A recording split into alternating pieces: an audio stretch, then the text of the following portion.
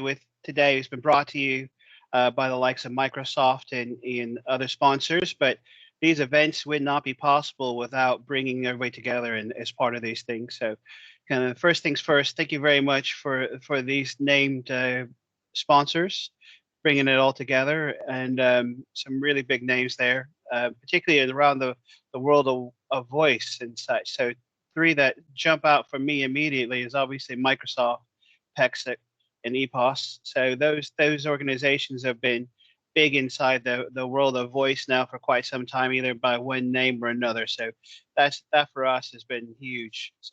So huge kudos to them, really. So on today's agenda, some of the things we're going to be talking about is give you a quick overview of what we do with Teams Voice and what's going on with Teams and where does it all come from. We'll dive into voice, what it is, touch into Teams calling plans.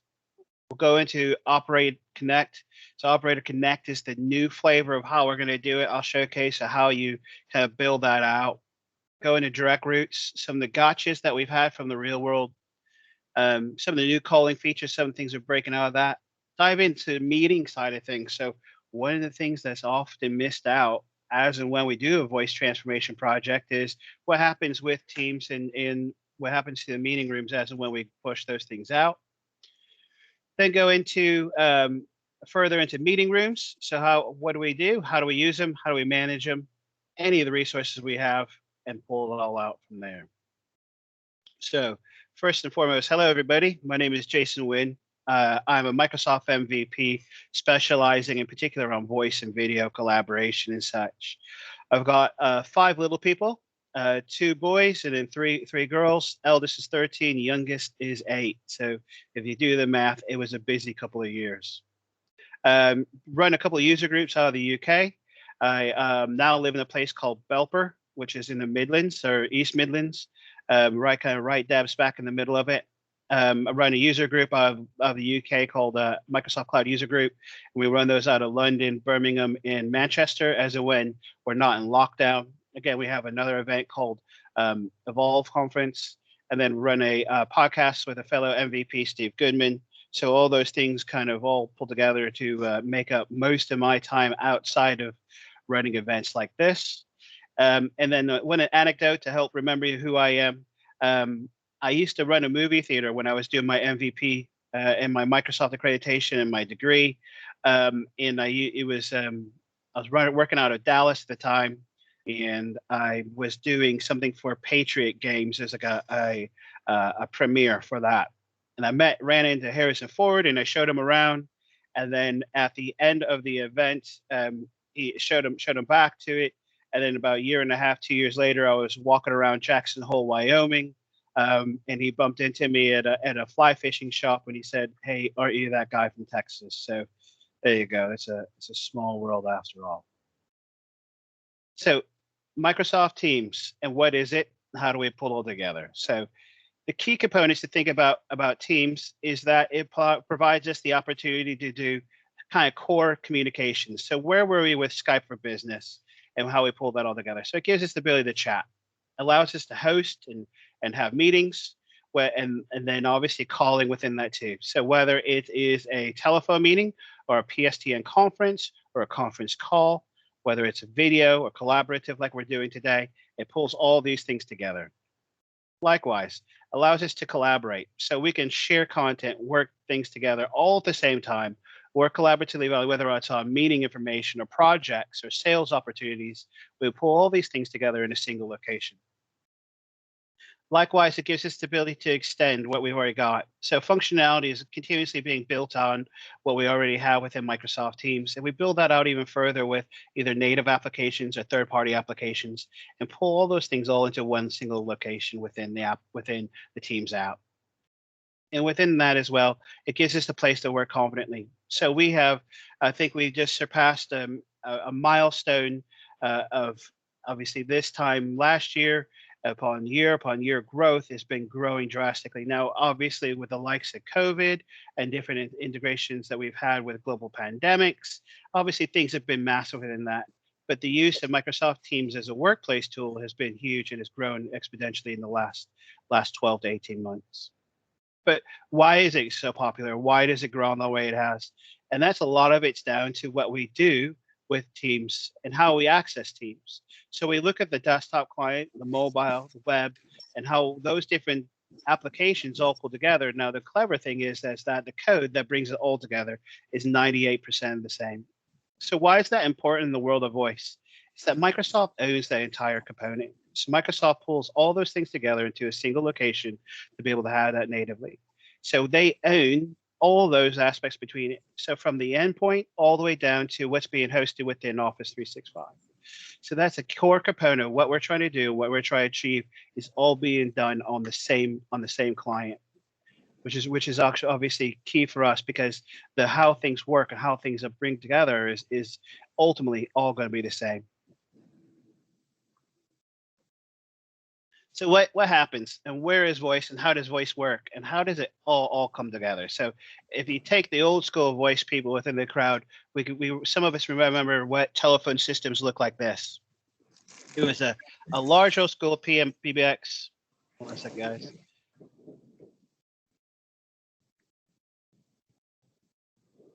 So he had an old school PBX. Everything was brought in. It was usually bolted to a wall or inside a comms room. And within that comms room, we had a few units, and that brought in the telephone. But then we physically needed a handset. So we have that piece of plastic sat on the desk. We paid a couple $100 for, a couple £100 for. That sat in, and then we had to cable that thing up. So that means I now have to have that patched into a disgusting old patch panel, and it's got wires going into it. But that kind of gave us the guts of what we have. So that gave us the PSTN aspects of it. Yeah, that gave us the old school thing. So that gave us telephone calls in and out. Now that's just part of it because we now have to pull those things into all sorts of other things. So we now have to worry about a service provider, who the PSTN conferencing is brought in by, web access, instant messaging, and support, maintenance, availability, voicemail, contact center. We're all separate, disjointed pieces of technology. And what we do now is we bring that into seamlessly into one client, one backend, and one managed solution. So how do we do it? We bring our telephony into Teams. So Teams brings it all into a single place for us, whether we're accessing through the native client or bringing things into Teams natively through either through the telephone solutions within Microsoft, and whether it's an Android or a Android device. We have all those technologies within the same place, and you'll be able to spin that up really, really quick and be able to transition things really, really seamlessly.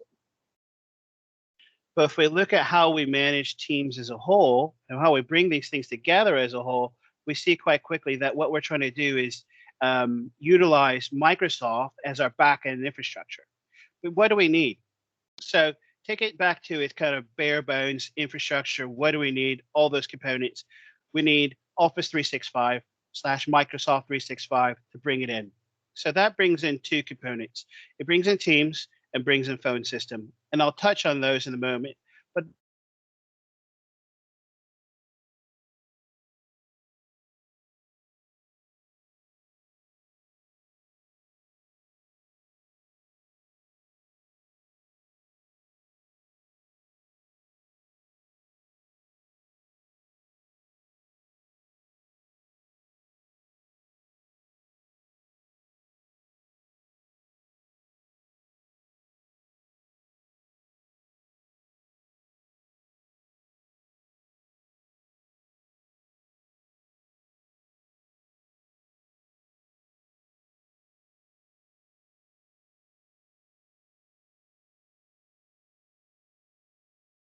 you guys hear me again?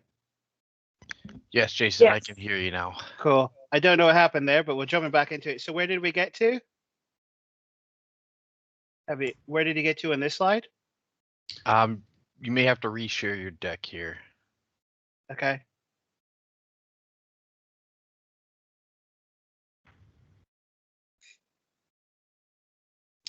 I think you got to the calling slide, so this next slide after that, and you started with Teams is.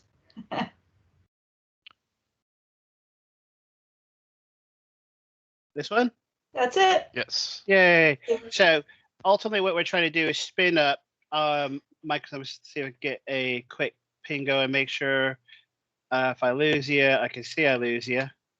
So what we're trying to do is with this aspect is trying to manage, make sure Microsoft is being where we need. So these are ultimately going to be licenses that we're applying into Microsoft to be able to do this. So whether it's an E5 or E3, and how we pull that in is down to all the information being done within Microsoft to be able to allow that to happen. Yeah. So what we'll do then is that gives us the physical the virtual PBX. So we give that technology in, it pulls that information through, we can see what's happening, where things are pulling through, and that gives us the initial foundation of what we need to be able to make and receive telephone calls. So what's the additional components that we need? So we also need to have either calling plans or direct route. And this expands in slightly now that we have the new operator connect that's coming into the foray now as well. But for all intents and purposes, to give us telephone services, we have calling plans and we go into direct routes, and we'll touch on those in a moment. But all that will end up swinging everything into a single phone system that's been managed by Microsoft and being maintained by Microsoft and been fed and watered all for a single SLA and being brought things forward. But going forward, what do we do? So going forward, we're going to be able to utilize Operate Connect as part of that technology as well. So where we historically had calling plans and direct routes, we now can pull into Operator Connect, and I'll touch on that in a bit more in a minute. So calling plans, what is it? So it's simply it's a really simple method of pulling together voice.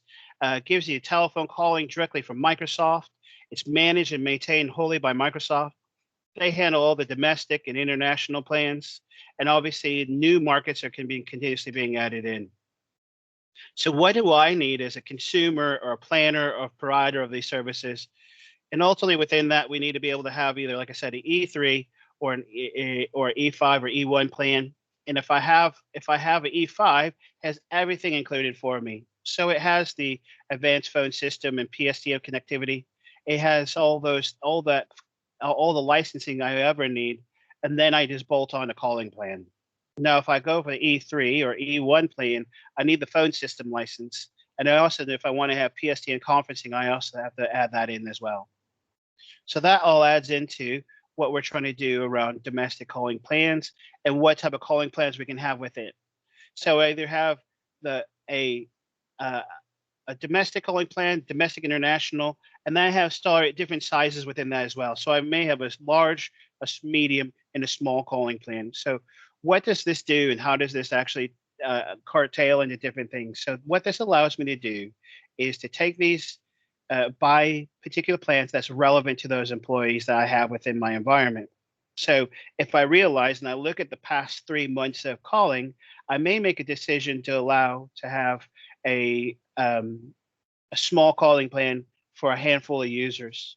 Now, the one key thing to think about this as well is that these numbers and these numbers of minutes are being pulled across every single country that has those information in it for all the users that have that plan. So, for example, if I've got 10 people using a 120-minute plan, I then have 1,200 minutes of total usage that can be shared across those people. So if you have people who utilize quite a high amount, then you have people who utilize quite a slow amount, it quite evens itself out. So it ends up regulating where we have within these things. So what does that mean? It means that we weigh those things across who we need and what we need within the environment. So we'll review how many minutes people are using as a whole, understand how well you can level those things out, and take the higher users and lower out with the less users, and we hopefully come up with an amount. Now, the good news is what you can do is you can always scale up the number of minutes. So if you baseline at a lower rate, then obviously you can scale you can increase the amount of minutes you want, but it's often difficult to go back down. Likewise, it's currently month to month, but I envision that to go away soon. I expect that to be a per annum charge billed at monthly rate. So if you sign up, it will end up going into a 12-month cycle. And likewise, you have something called consumption billing.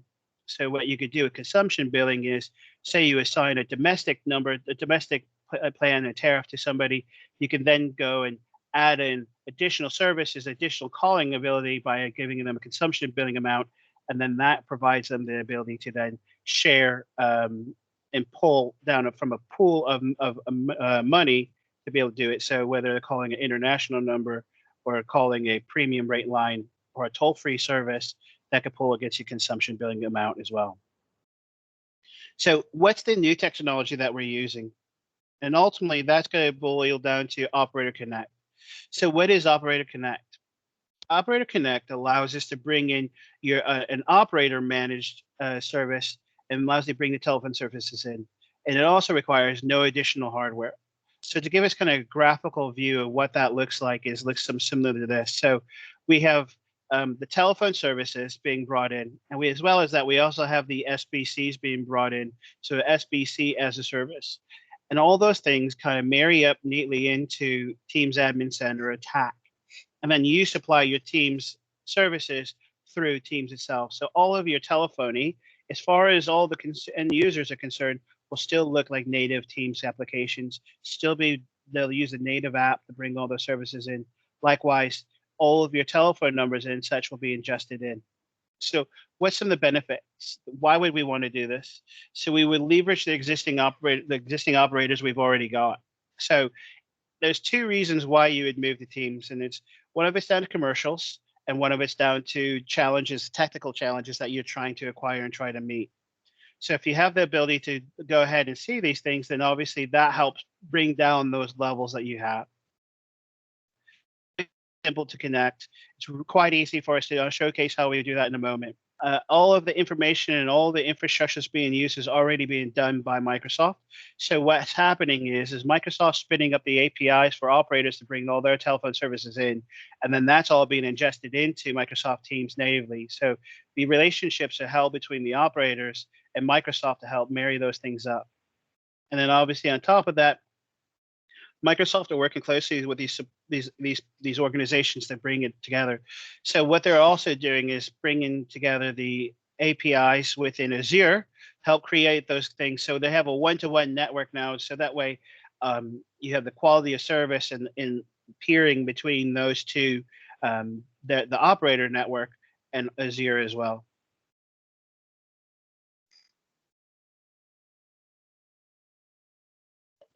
So who do we buy it from? Where do we go to? How do we get this thing started? So right now, if we want to go ahead and have these services, we would speak to the likes of BT, T-Mobile, NTT, and these organizations that fall underneath this.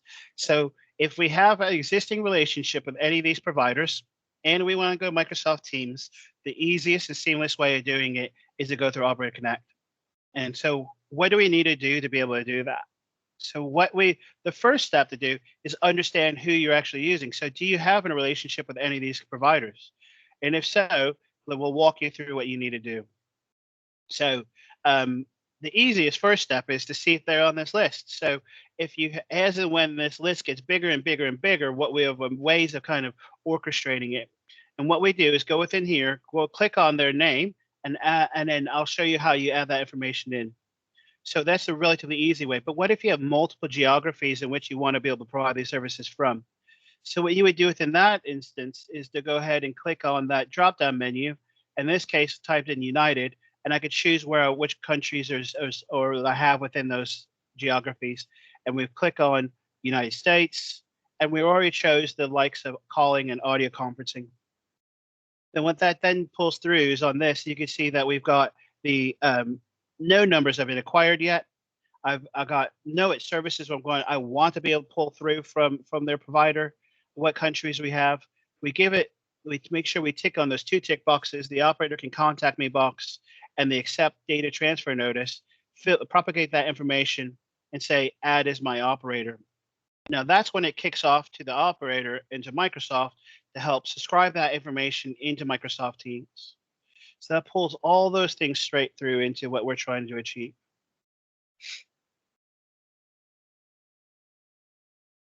I'm just reading things as they come in. So what we're So it is still in public preview at the moment. It's just gone through, so it's now still in preview, but it's open preview. So those information, also what we have here is obviously still, it's not GA, but I've been informed that it will be going GA shortly. And so we've got another question from Dawn, or just talking about it. So we have 2,100 users on the 1,200 plan, and we are not even hitting the meter most months. So that's really, really good point as well, Dawn, is just that. So if you're using a lesser bundle and you're not hitting it, then obviously that we can't make it much cheaper. But obviously that curtails into the good news is that you're not oversubscribed on that. So it's a good point. So cheers for that, Dawn. So what we want to do with that, so once going back to Operator Connect, we pull these things through, we add them in, it goes through to the operator, comes back through then into the folder things, and then it gets fed back into Microsoft. And you can see from here, I've got Contoso Telecom within, I've got USA, and the number of numbers been acquired is 0 at this point in time. And then that pulls through when I provided it and whether it's active or inactive. And I can see that my total number of operators, all operators is 6, but my active operators is 4.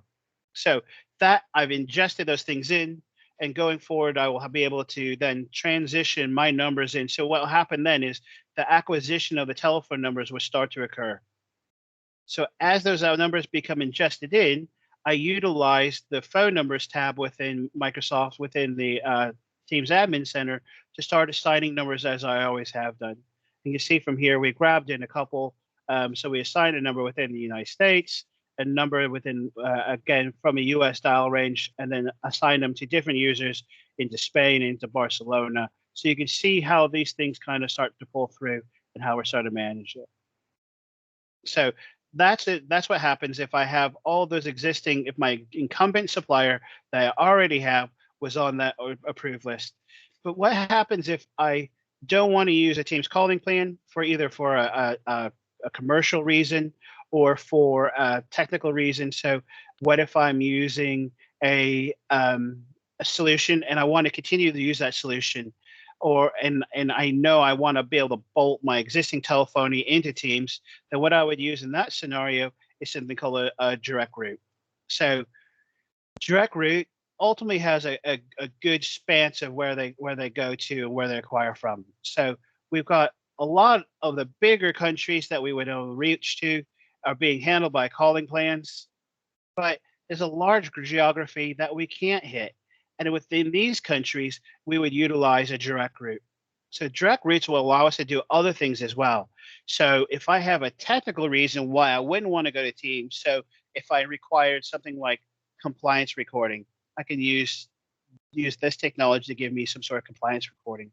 Likewise, if I have the requirement to do a geography that's outside of Microsoft, I can utilize this. Likewise, if I look at my Microsoft calling plans and I realize that I can get more minutes for less money, and maybe another reason why I would go to Microsoft and use my direct route for my methodology of supplying the telephone services to. In addition, the geographies of which I cover with direct routes is obviously infinitely higher as well.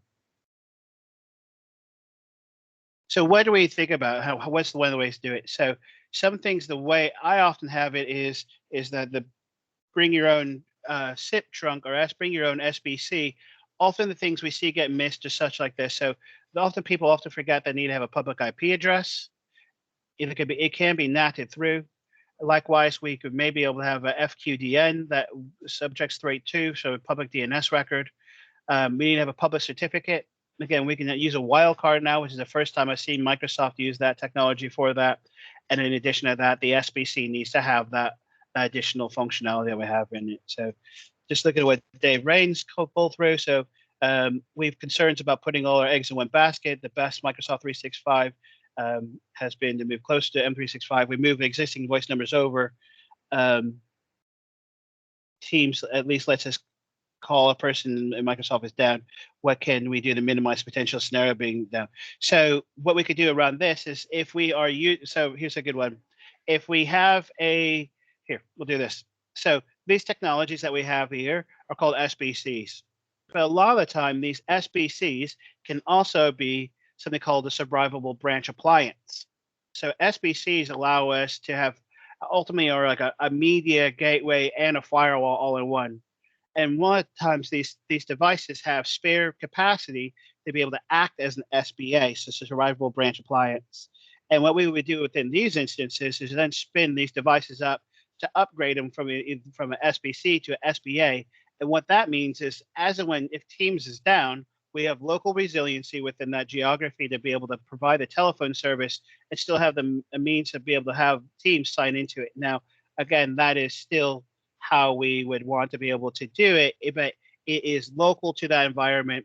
So people will be able to register, be able to log in, be able to make and receive telephone calls from the local SBC, but they will not be able to have the full functionality within Microsoft Teams. So hopefully I'll be able to answer some of the questions around there, Dave. And do we know if there's any? No, is not all certified SBCs can do it. No. So some of the SBCs can be spun up, and it's still very much in preview.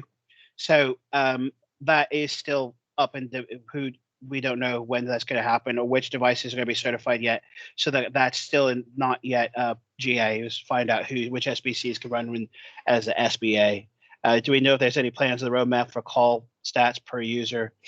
Auto attendant queues and such, and then any call recording from the same. So the answers to that is you could do some of that information already from Dawn around stats per user. So you can utilize reports from the Teams admin center to be able to pull it out, and you can export it out into a rudimentary way.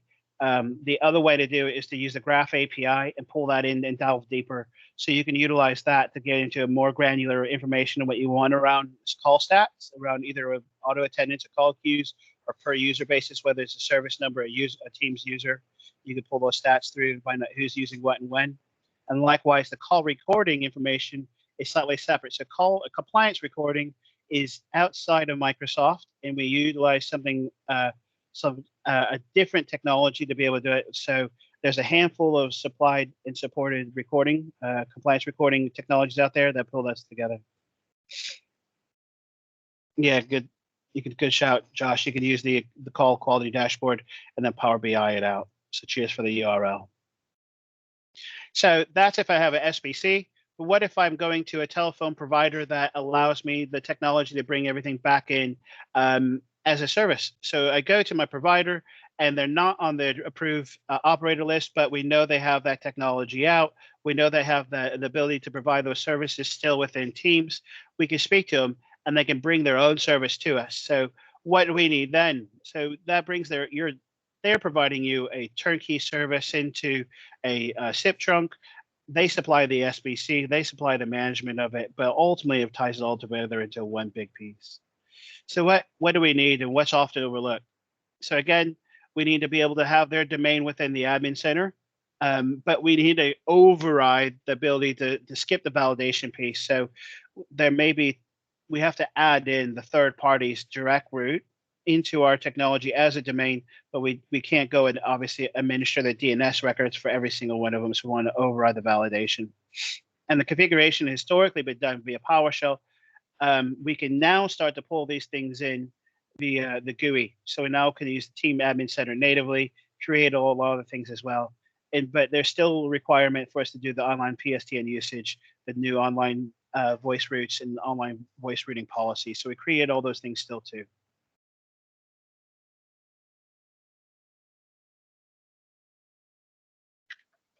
So far, so good. Everybody out there happy with what we've got for calling plans around Operator Connect, information that we want to be with direct routes. By all means, go ahead and either drop them in the chat or come off of mute if you want, and we can come off and have a quick chat if you like. I'm easy to make this quite informal.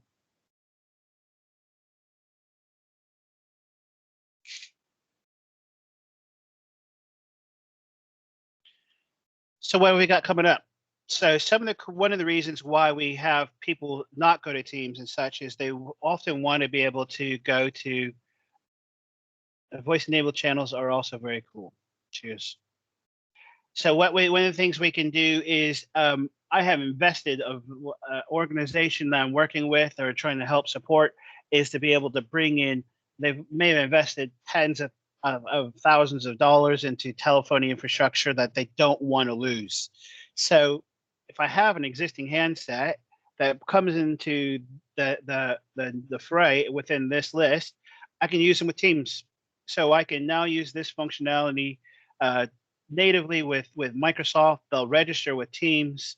Again, this is up and coming and very, very soon to be released. But if I have an existing piece of Cisco kit, Poly kit, Yealink, or audio codes, I can soon be able to bring all these devices into Teams and use them for making and receiving phone calls. So that's good for me. So I don't, if I have a piece of plastic on the desk that I want to keep, then I can continue to use that.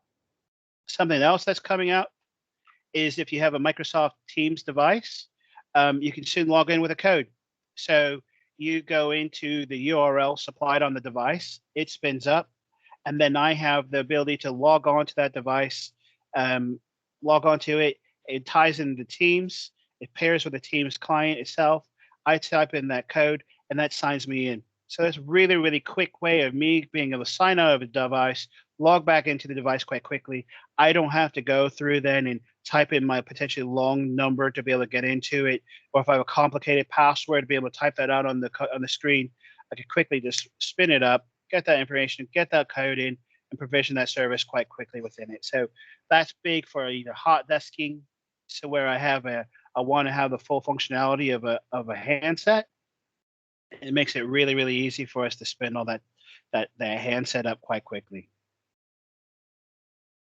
In addition to that, we have some new functionality coming out. It's a group called Pickup. So where I didn't used to have the likes of delegates, I now have the ability to assign it to a group. Again, call park. So I can go in, I can park a call. I can go then and pick that call back up. And likewise, we have got location-based routing. And some of that really, really clever stuff that we've got coming through now is to be able to go in on a mobile device to be able to quickly transition between the handset, a laptop or desktop, and then transfer that information over to your mobile phone. And as long as you're all using Teams, and remember I was talking to you before about how the web client and the PC client and the mobile clients all use the same code. What we got now is to be able to remotely hand off that conversation and pick it up natively on the next device. So that's quite key for us to be able to kind of remote handoff. Is really, really seamless and really, really slick now. Likewise, I can pull on all these additional new functionalities that come in through, be able to pull that all this qualified information that calls into it into a seamless place. But that's all well and good if what we're using with Teams. But often what happens is we're trying to. So it says seems like the calling experience is being delayed. Am I wrong? So if you could clarify that, Matt, what do you mean by the new calling experience is being delayed? Just make sure I'm answering the right question. So if a lot of times when we go and do a voice deployment, I will roll out a large amount of headsets rather than handsets now. Very, very few organizations are still rolling out handsets. It's kind of fewer and far between. Most of the time now, it's going to be a headset for the last bit. Often when people are budgeting for a project, they'll often forget about the last few feet.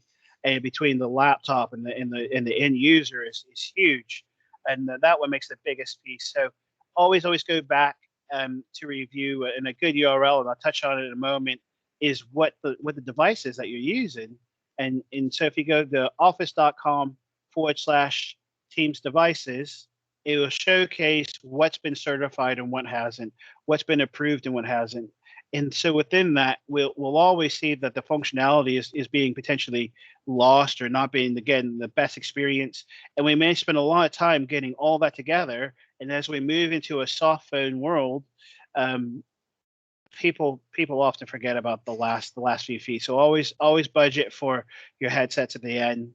Up until a few years ago, I know that even out of Reading, out of the UK, and sometimes out of Redmond, out of Seattle, obviously Seattle, Redmond, Microsoft, the amount of headsets that people are using was shockingly, like, could we pull the analytics and help analyze some of these things, and the headsets and such were going to be, were like Apple headsets or just a plug-in or 3.5 millimeter headsets, and that ends up giving the worst experience out of all of it. So you could do all of that pairing and all that network technology and all the assessments to find out that you haven't got the best connectivity through.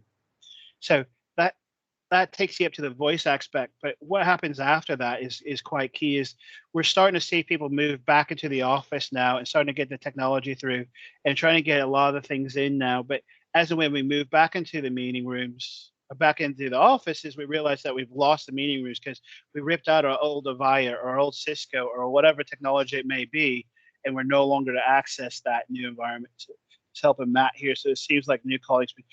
We moved the calling app feature into a single tab dial pad again.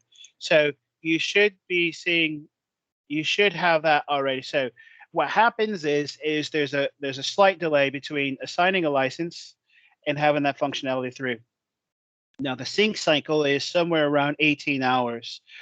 So all of Office 365 Skype servers and the Azure information should take around 18 hours to do. But it should happen faster than that, but it depends on how fast your sync cycle is. So that should happen. The other thing you may notice is that if you're looking at the call quality dashboard, that can take some time. So I think right now it was around 15 minutes, but we're trying to reduce that down to 5 minutes amount of information. So that's what you're talking about. And likewise, the analytics of a telephone call should be right around 5 minutes. So again, that kind of mileage may vary on some of that, but it should be relatively quick. Now, if you've seen it take longer than that, and those have a pull through, it should be quicker. But if you're seeing features that's into a single tab, obviously everybody should be, as soon as you license it, the user's information, it could take a period of time. So if you're deploying a new Teams project and you want to assign them a telephone number, license them first, let it replicate through, let them have some time, and then allow that technology to let the services when Office 365 sync up, pull all that back through, and then obviously then migrate the telephone numbers, assign them the information they need to have.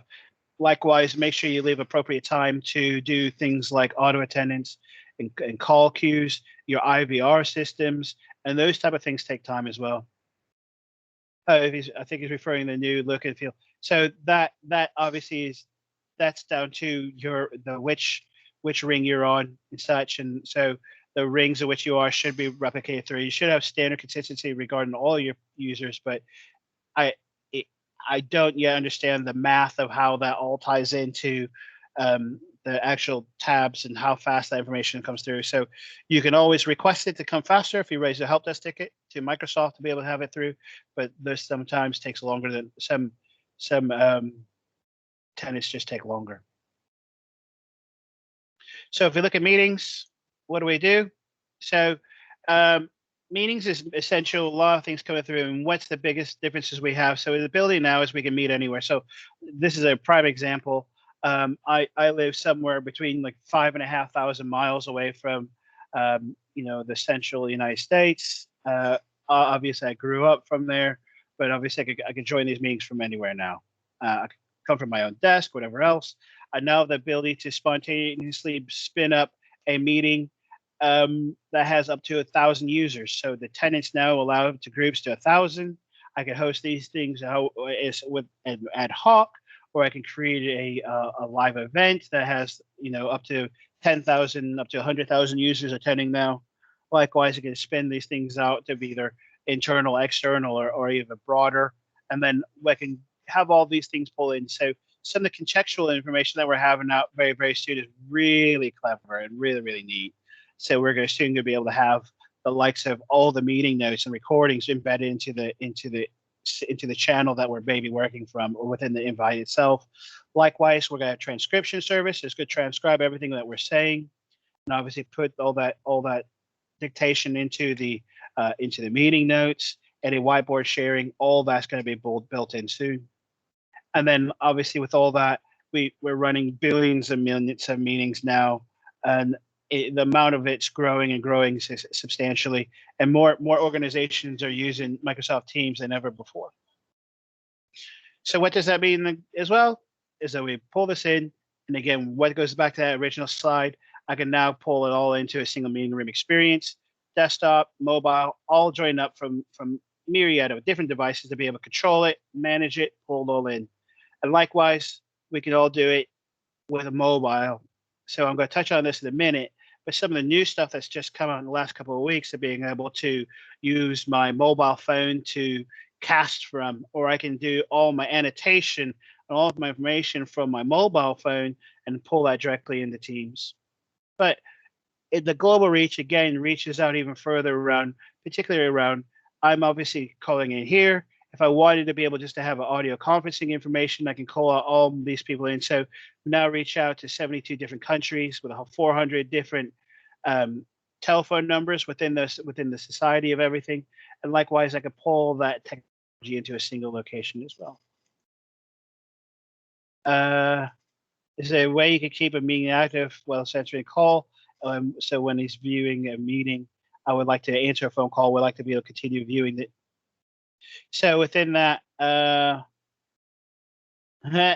so you can put things on hold. You can move things around, but obviously there's not a way you can do that natively within the client. So you can't have a multiple call. You can't have multiple calls coming in and held and play around.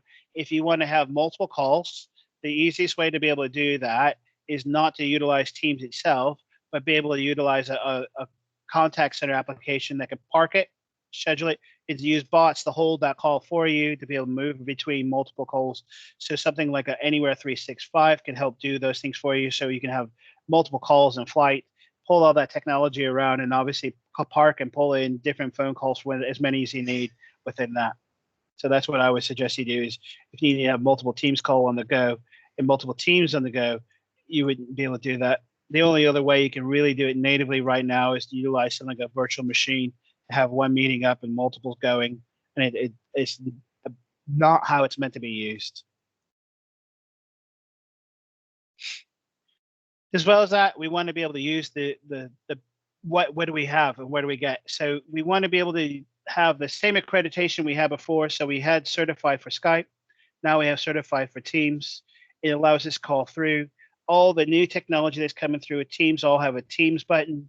So if you're utilizing a piece of technology that has it, want to be able to pull it in, and you want to be able to immediately launch your Teams device, your Teams app, you press your Teams button and it launches your app natively. It just allows quicker, seamless pull into the tool itself. So you could be working within a CRM system or Outlook or whatever the application, and immediately jump back into Teams by pressing the Teams button.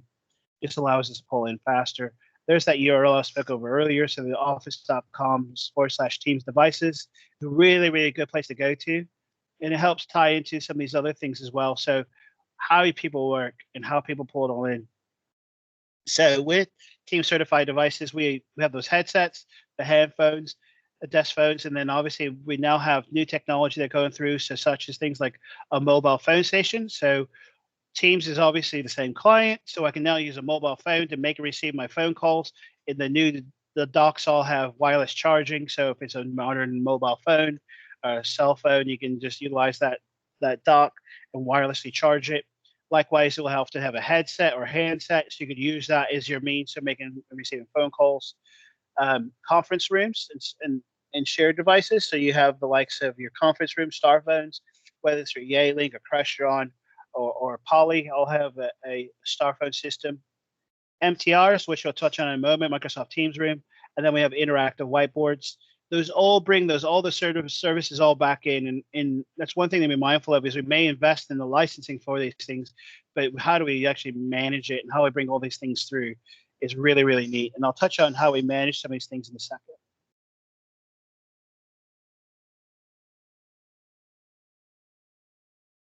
So one of the things they brought out in Ignite last year was these Microsoft Teams panels.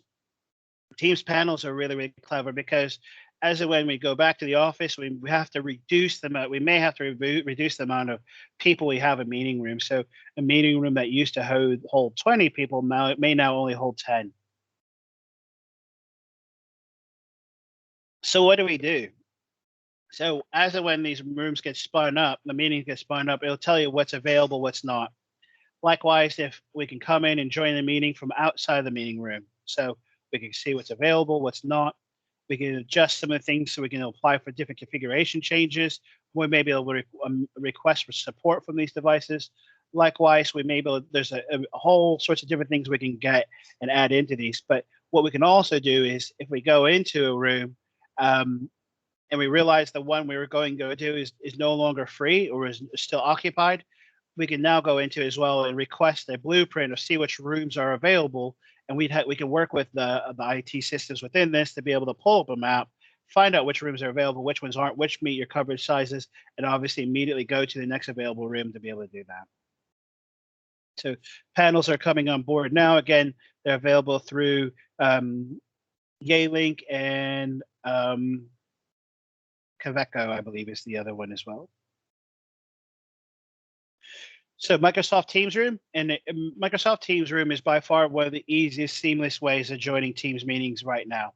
So what does it give us? It immediately gives us the ability to transform the existing meeting rooms into a collaborative space. Makes any space, so whether you have a small huddle room for 1 or 2 people, if you have the requirements to be able to have anything from 2 to 20 people within a room, they scale to fit those pieces. They're easy to deploy, simple to manage.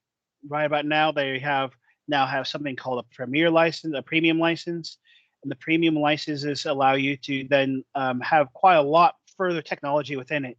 So within that, they'll help you deploy it. So they'll help you configure the information within it, get the devices on the software side set up, ready to go, policy management within the premium license as well. As well as that, they'll give you break fix, give you the functionality as well.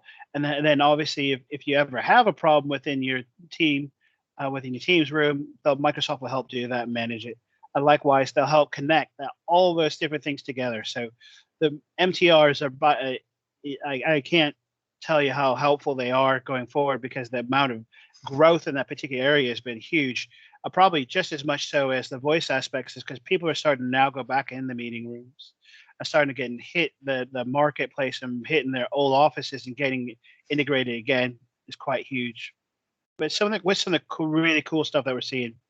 So Microsoft Teams Room with ink and touchback. So if we have these new displays that are coming on board, I can utilize a Windows Touch display in a Teams room and be able to ink back. So either I'm using my fingers or a pretend marker to be able to get those things in.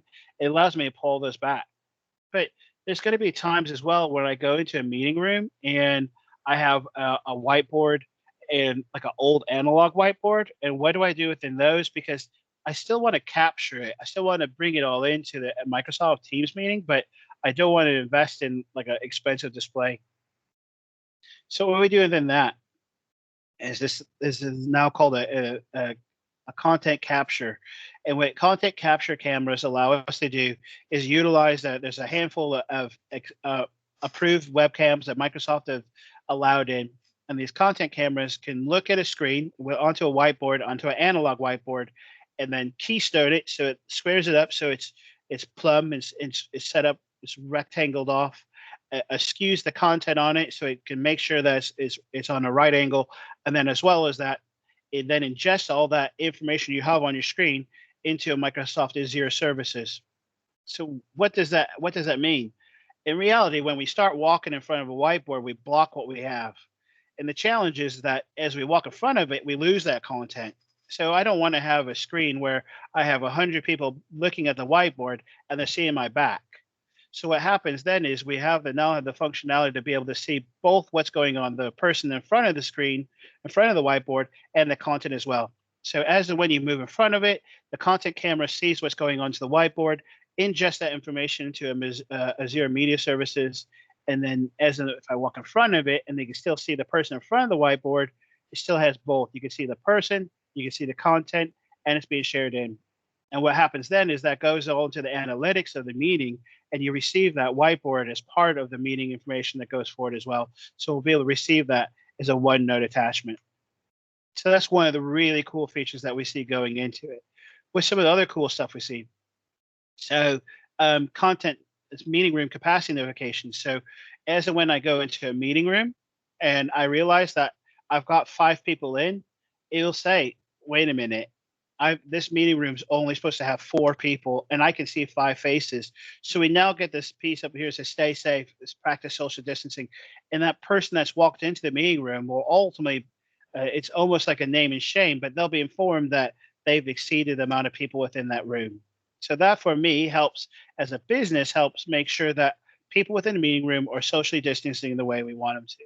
So this is nothing extra. This is included what we already have, a part of the overall package of what we're trying to achieve with Microsoft. What else can we do? So really soon, we're going to be able to do some remote casting. Room remote. So room remote. What room remote allows me to do is control the meeting itself from my mobile phone. So I may be able to mute it. I'll be able to share content, be able to any sort of closed captioning I want to be able to do within the room itself. I can control that and understand and do all the control what I want to be able to do within the MTR, Microsoft Teams room, natively within that remote device, within my mobile phone. Likewise, I now have the ability to do casting. So what I could do with the casting aspect is to be able to take my mobile phone. And so this is my own, obviously I live in Belper, so that's my Belper meeting room. And if we're from the Microsoft Teams client within iOS, I go and I click that little more button where I have that, I can cast now. It utilizes Bluetooth to go into it. It reviews which meetings I have, which meeting rooms are available that are not in the existing meeting. And then I can choose what I want to do. So I can ultimately kind of mirrorcast or show what I have within my my screen, and I can share my screen that I have within it, or I could project a PowerPoint within it. So both of those things are available within the casting aspects of utilizing the Teams client and not. So those of you who may have used the technology before, it's quite hard. It's much harder to do with an iOS device than it is an Android device because of the way the technologies work. The good news is it works both ways. I can cast natively from those things natively into Teams, and Teams then projects that information up into the MTR. So device management, I can now go and I can bring all of that into one single screen, one single pane. I can control every single device that registers on now within Teams. And this is quite, as long as it's a modern Teams client, it'll be put in this. And so what ends up happening is part of the provisioning service, whether it's a collaboration bar on Android or a handset or a Microsoft Teams room, a collaboration bar, I can start controlling all these devices natively within Teams. And I have that one single portal to be able to look at. And it brings a lot of information into it. So it analyzes all of my phone calls, tells me whether or not they're being successful or if I've got problems. I can review all these things as well, and I can bring into to find out whether or not the devices have all their HDMI cables connected, or if the devices are running the latest firmware levels. And I can patch, I can monitor, I can update all the information from here and update devices from here. Likewise, if I have a particular technology that I want to be able to restrict, I start using the device management tooling within the Teams Admin Center to be able to use different types of technology to reduce the functionality of it. So, for example, if I have a enterprise organization and I have directors or a CEO that works within the organization, and I want to be able to restrict that information already down a little bit, what I can do then is I can use different profiles within that to say, I don't want to have this meeting room have the meeting notes and the next join session on the screen, because they may have something that's commercially sensitive that. So if they're going through a round of redundancies, for example, you wouldn't want to see that. Or if they have the next option of who we're using as an organization, who we may purchase, we don't want that to display on the big screen. We want to obviously reduce that down, so we may restrict it down to the name of the organizer of it, and we still have that functionality to walk in, one-click join, to be able to go into the meeting. Likewise, we may have different restrictions on what we're utilizing the phones for. So we may have the requirement to have a common area phone. In common area phones, we don't want to time out. So we want to be able to always walk up, be able to make and receive a phone call, and we can restrict down what we need from them that. So we can do that again for the profiles from the Teams Admin Center to be able to restrict that down. So what do we do if we have old technology that we want to be able to have into it? So if we have a old something that's not certified for Teams and we want to bring it all together, we now have the ability to bring in, we'll use something called Cloud Video Interop. So it takes an older technology, and on top of this now we have Cisco as well within the fold. And so we give the scale all this different older technology to almost bridge it in. Now, all these technologies now offer a cloud video interop that utilizes their own technology, their own data centers. They'll be able to bridge all that technology in. And so the good news is you can help as and when you want to remove and move away from older technology. You can now seamlessly go from a older H323 telephone a video conferencing solution into Teams. But in addition to that, you may have the requirement to how you want to be able to bolt those things into it without yet moving over to a Teams room system or a collaboration bar or those type of things. So this gives you a video integration point of taking your older technology in. One of the key aspects into that as well is native to Teams and Exchange scheduling. So as of when you join a meeting or you send that invite to your old meeting and your old technology, it will see it, schedule it in, and you can still click to join as you would an older technology into it, but would add it in.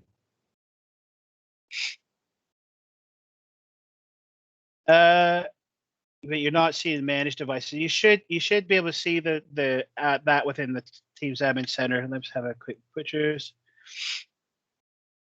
See what I got within my portal and within my tenant, and we'll go from there for a sec.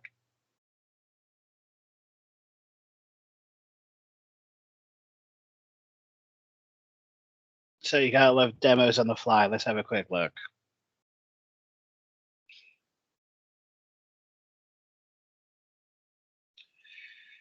What you should see is, let's try this again.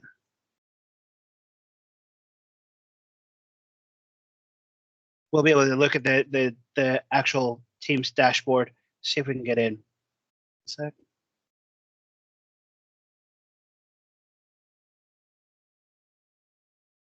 Let's try one more time from here.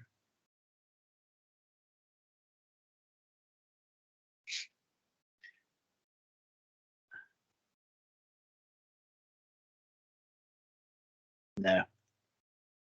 What we should be able to see is this, but obviously I'm running the demo inside this environment.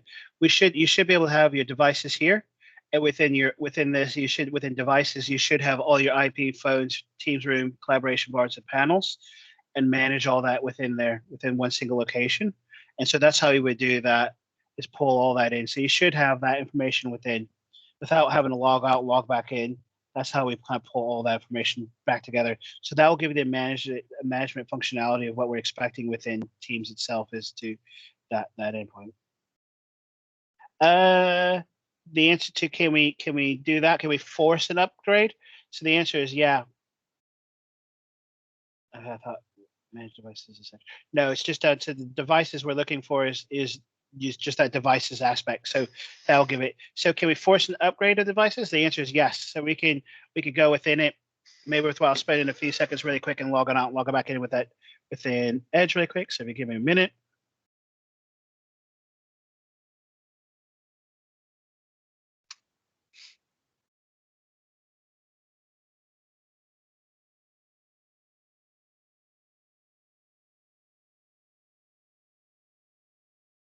Okay, yeah.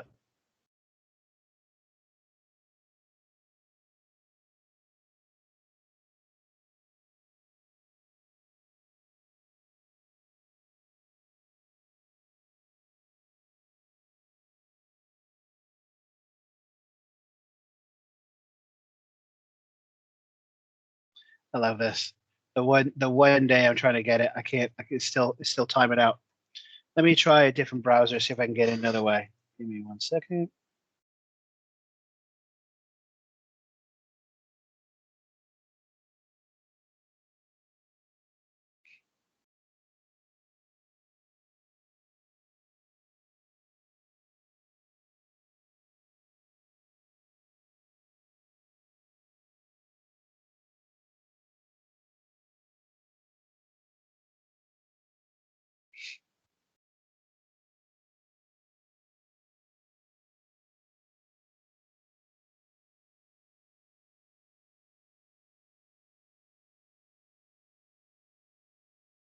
would be ironic is the one point I'm trying to demo the Teams admin center that I can't access my team admin center, but alas, I cannot.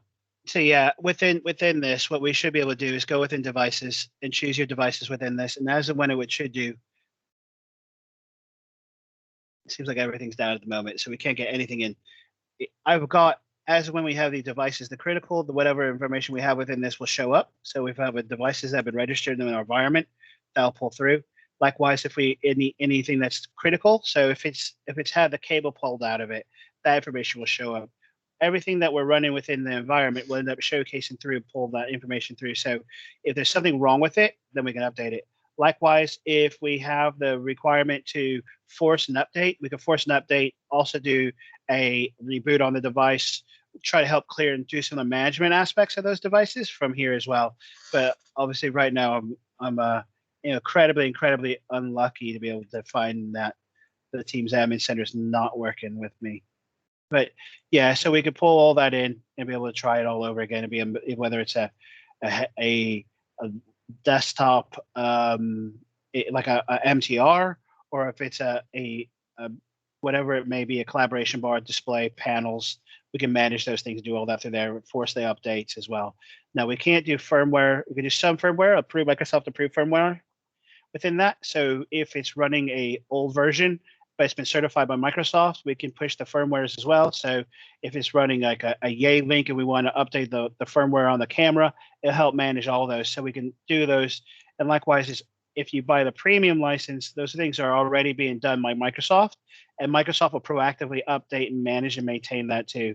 Now, there is a sizable uplift between the premium license and the Teams Room license. They could do it. So kind of calling out, what are some of the gotchas that come and hit you within these? So if you run into MTR, a Microsoft Teams Room, or any of those things, I've seen more times than not when people go to utilize an existing mailbox and they migrate things across, and a lot of times it'll bring over more issues than what it would be if you created it all over again. So things that you need to do is like remove the requirement for something like restricting. So some people restrict what devices. So they may have conditional access rules apply to all the user accounts. So that way the device has to be joined to the domain. So that's like problem number one, is you need to work with the network security team to prevent the likelihood of signing into a device, then flipping it to force it onto the domain to be able to use it. So that obviously breaks things as well. And also when they go and they add it to domain, then all of a sudden it has to be managed by Intune. So people are updating the devices through that. So don't use Intune to manage these devices. Utilize the Teams admin center to manage the devices. So although they are running Windows 10, they're running a different flavor of Windows 10. So running a different version of it. So that way you actually manage all these things through the admin center itself rather than Intune to be able to do it. So kind of rules of thumb is don't add it to the domain if you can help it. Don't use conditional access on the accounts. Create new accounts. If you have existing mailbox, then obviously you just stand up a new account within that, assign the appropriate licenses, and then manage it from those ways as well. Those are things. Likewise, if you're seeing things like if you're seeing the devices, but so you're able to manage it, but you can't manage the devices, what often happens is when you go into organizations, they'll set up a separate VLAN for this technology. But it doesn't mean the VLAN will have the same access rights as the normal LAN, or the proxies blocking particular things. So when you start installing it, you may go and approve all of the Microsoft Teams firewall changes and firewall aspects, but you miss all the Windows components. So it's worthwhile going back and reviewing the firewall stats of what you've got within the team, within your see what you're blocking. And what often happens is the triangulation information is not being forwarded through to Microsoft. So as and when you go to the Team Admin Center, you may not have those critical alerts, or you may not be able to force those updates. You may not be able to do things that you expect to do, but Teams works. So Teams, you can make and receive meetings, you can join the meetings, exchange contact details coming through, those type of things, but we miss out on the actual the management of the desktop or the devices. So those things often kind of break. So it's often worthwhile making sure that you open up all aspects of what's required from the MTRs, albeit the information we have on docs.microsoft.com isn't particularly brilliant on that. It's missing quite a lot of it. So it's worthwhile looking into your firewall logs to see what you're blocking and allow through what you need to allow through. So that way you can go and obtain that triangulation information from Microsoft to upload it into Microsoft. And ultimately what it does for a lot of those things is it scours the event log and sees when the event logs have a fault, and then updates that information into Teams itself within the backend, and that updates what you have. So if somebody pulls out the HDMI cable on the back of the machine, sometimes it may take a minute or two before it updates into Teams. I've seen it take anywhere from 20 seconds to 2-3 minutes for the information to get into the system and be able to do it.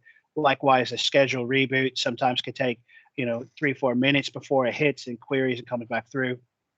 Now, obviously, the machines are continuously polling whether or not its profiles have changed. So as when you update it, it may take a few minutes for that information to sync back through to the actual Microsoft Teams room or a communication device. So what resources have we got available to us? So one of the key things is obviously all of us right now are using Microsoft Teams as a mean to do it. Pick a project and how you want to use it. So I think if you use Microsoft Teams as a means, so you going and hitting it first, I think that would be quite ambitious. Using Teams as a method of rolling out voice first as your first project probably will fall flat.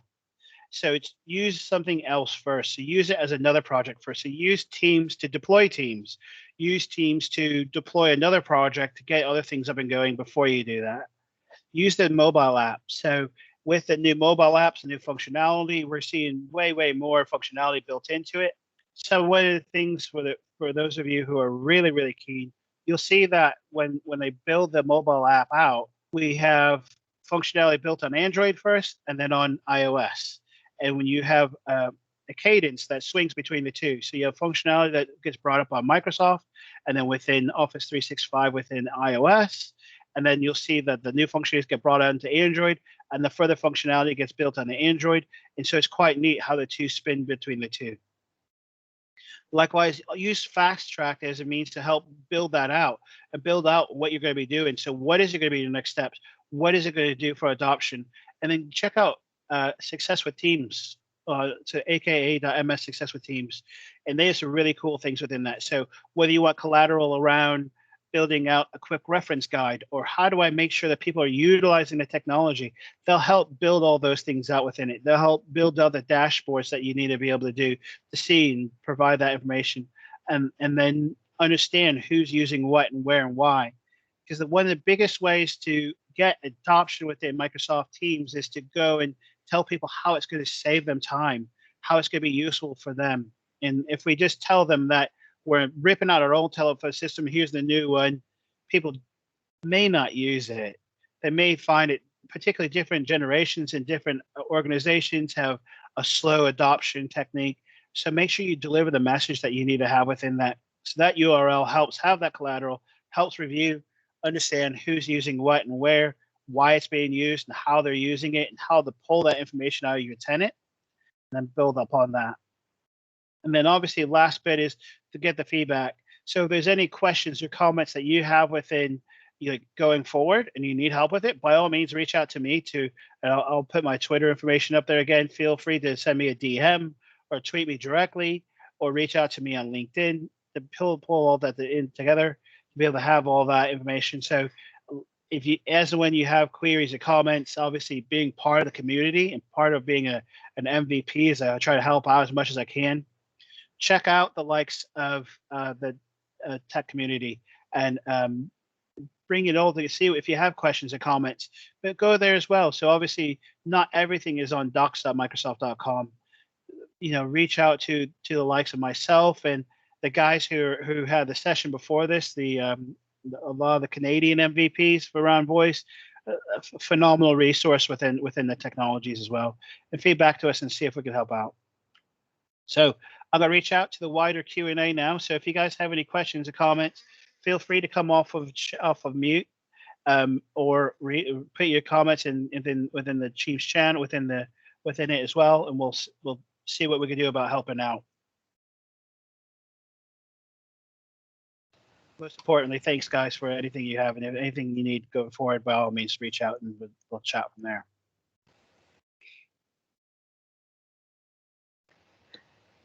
Say, Jason, this is Dawn. Thank you so much for the information. It was really very helpful. Yeah. I'm a little bit confused still on that operator section. Yeah. We are fully, you know, I think we're fully immersed in Teams calling and PSTN, and as I had indicated, you know, over 2,100 people. What is the primary advantage of that? I mean, we do a lot of porting of our existing numbers from our AT&T partners and other platforms. Okay. What's the primary reason I'd go to this operator process? Yes. So you have a existing telephone solution that you've already integrated into Teams? No. No. Okay. So if you have AT&T, you're going to have to wait. It's the sad Because they're not answer. on the list. Correct. Yeah.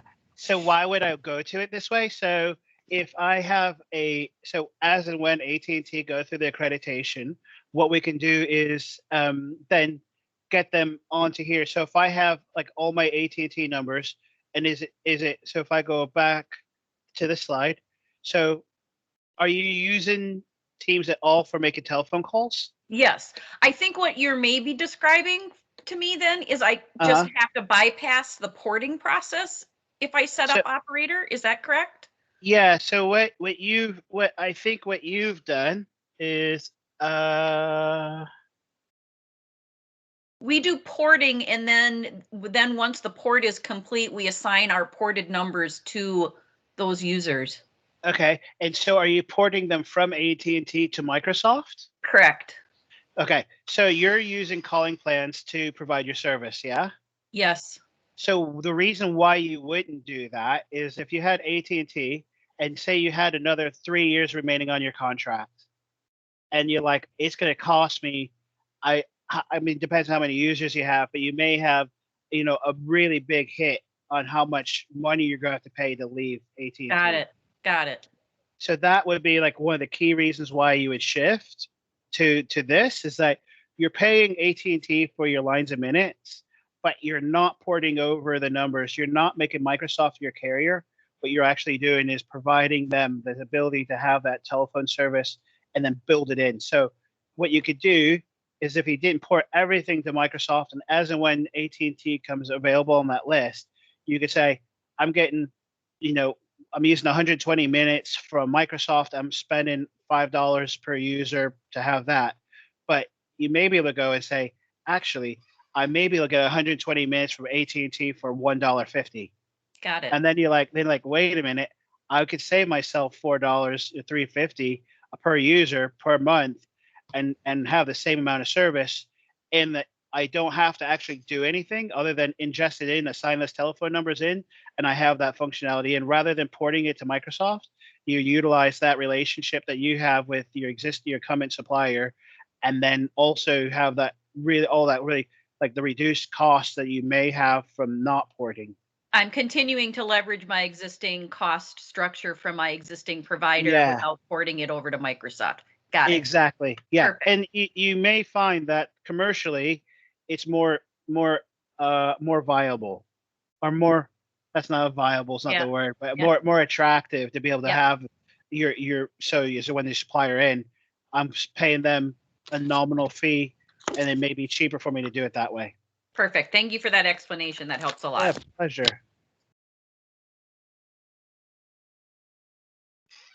And I reaching out to see Dave. Dave, if I've answered all your questions, I hope I have. But feel free to reach out if you got anything else. Likewise, Matt, if you got anything else, let me know if I'm not been clear enough.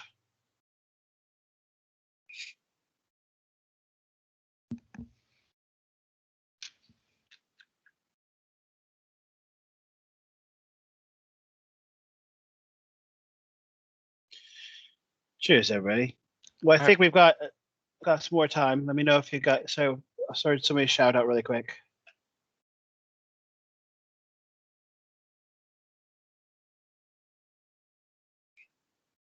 thank you very much, Jason.